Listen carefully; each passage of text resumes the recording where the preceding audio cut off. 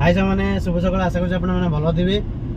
तो आज देखुवे आज जो गेस्ट ना कहीं गेस्ट आज अलग गाड़ी पलि आसुँच जाऊँ ट्राइमेटर आज खाली गाड़ी अच्छी। तापम पाखापाखि होगलानी अल्प रहा प्लांट। तो प्लांट पहुँच भोक लगे प्लांट पहुँचिकी से जलखिया कर मौसा दোकान से पहुँची देखला बेलू मौसा पूरी बेलुन जेहेतु गाँव में रात करेन्ट कटि से बरा आउ इटिली हो पारा ना। तापर आउ गोटे सान भाई कौन कहे आज जेहतु इटिल ना तो से रसगोला को पूरी खाऊँगी। जेहेतु सका खाली पेट अच्छी तो मुझे रसगोला खाइबी ना। पूरी छाणी सारे मौसा पकुड़ी पकेले आ जेहेतु श्रावण मास अच्छी तो से पियाज बदले कोबी पकुड़ी कर। तो मुझे मगेदेली पूरी चप आ पकुड़ी पियाज पकुड़ी जमी भल लगे सेमती कोबी पकुड़ी बहुत बढ़िया लगे।